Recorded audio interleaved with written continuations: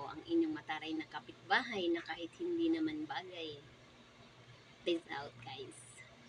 Okay, so for today's video, guys, pag-usapan natin yung tungkol sa selos.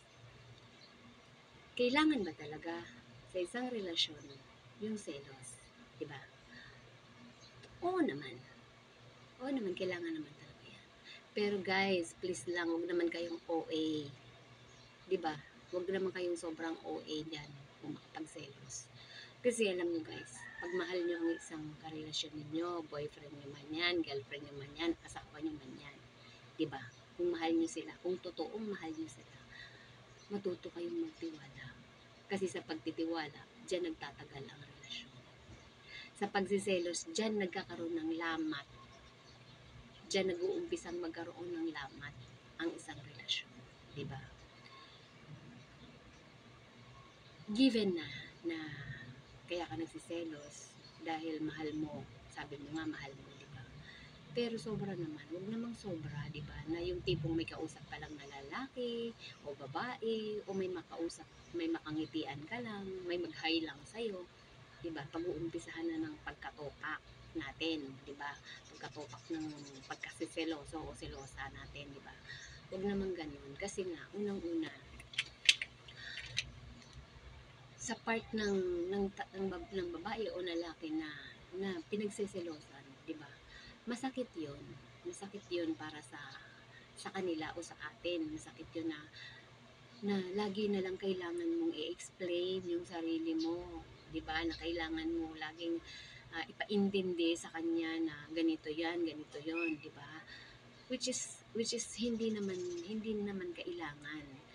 Kaya ka nag-i-explain hindi dahil totoo yung sinabi niya. Nag-i-explain ka para magtagal yung relasyon ninyo, para ma-save yung relationship ninyo. Paano kung dumating yung time na napagod na? Kasi yung pagsiselos na yun, nakaka-drain yan. Nakaka-drain yan. Kasi nga, diba, yung paulit-ulit na senaryo ng selos, nakakapagod yan.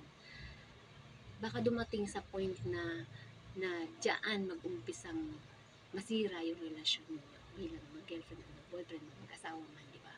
So guys, para sa akin, tips ko lang to. Matuto tayong magtiwala. Excuse me. Matuto tayong magtiwala sa mga partner natin.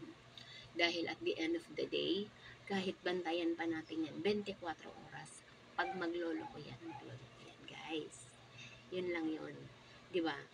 Kasi, ang minsan ang dating nun sa mga taong pinagsisilosan is ganito, gawin ko na lang, 'di ba? Gawin ko na lang, at least kahit sabihin mo sa akin na ganto ako, at least totoo. Kaysa sinasabi mo sa akin na ginawa ko na hindi naman totoo, 'di ba? Ganun yung mga mindset ng iba na o di sige, ganyan pala tingin mo sa akin di gagawin ko na lang, 'di ba? Which is mali din naman, 'di ba? Ngayon, kung halimbawa hindi mag-work na talagang hindi maalis sa pag-uugali, mag-usap kayo. Mag-usap kayo na ganito ba yan? Paano natin mababago yung ugali mong ganyan, di ba? Para naman ano din, malay mo, di ba? Pag sa pag-uusap na yan is magbago siya, wala namang masama kung malay mo dumating nga yung time na matanggap niya na dapat hindi ganyan talaga yung pag-uugali, di ba? So, wala namang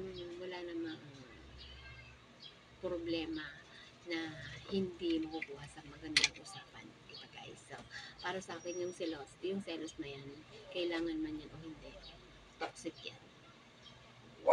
Peace out, guys.